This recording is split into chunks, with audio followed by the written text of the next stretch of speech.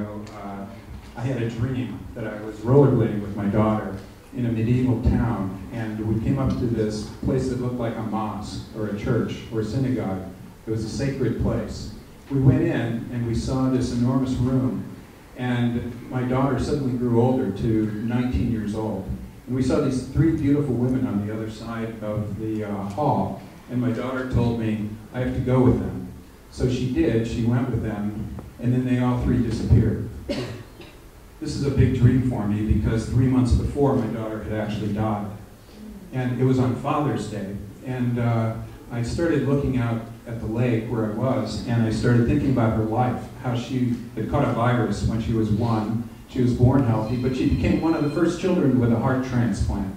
She lived a difficult life, but she lived a huge life. She played baseball, she did a lot of things. She was in nursing school when she was 19, and she passed away. But for me, my purpose was Julia, and so I kind of lost my purpose in my life. And I started finding myself drifting, very gradually kind of drifting downwards, wondering what I was going to do with my life, or if my life was going to continue, to be honest. I kind of felt like I was this frog in gradually boiling water, where they keep boiling, the temperature gets higher, and finally the frog dies. And I started thinking that actually, I started just studying my own behavior and started thinking, you know, this is relevant to a lot of our problems in the world, such as global warming, or obesity, or sedentary behavior. So many of our world problems are very gradually, very slowly evolving behaviors. And the big question then is, how do you get that frog out of the boiling water? Do you just say, jump frog, and when you try to get the frog out, he says, well, what do you know? Are you an expert on boiling water? So how do you get the frog out? Well, and why are they in there in the first place? Because they're defensive. It's almost as if they have a castle wall in front of them, and as you're starting to hurl messages like, this water is boiling, the wall gets thicker. So what can you do about that wall? Well, one thing that you could do, I think, is open the drawbridge. And I think with new media, increasingly, we're allowed to keep within our castle wall and just follow the HuffPost or just follow different messages, media sources that agree with us. And I think that's a big problem. So one thing we can do is start exposing ourselves to other messages. Another thing we could do, if our castle wall breaks open, as it did for me, or for many of you and many people in the world, Ram Dass, when he had a major stroke in his 60s, he said, ego breaks open, then you see who you really are. When Steve Jobs knew that he had cancer, pancreatic cancer, knew he was going to die, he said death is very likely the single best invention of life. It's life's change agent.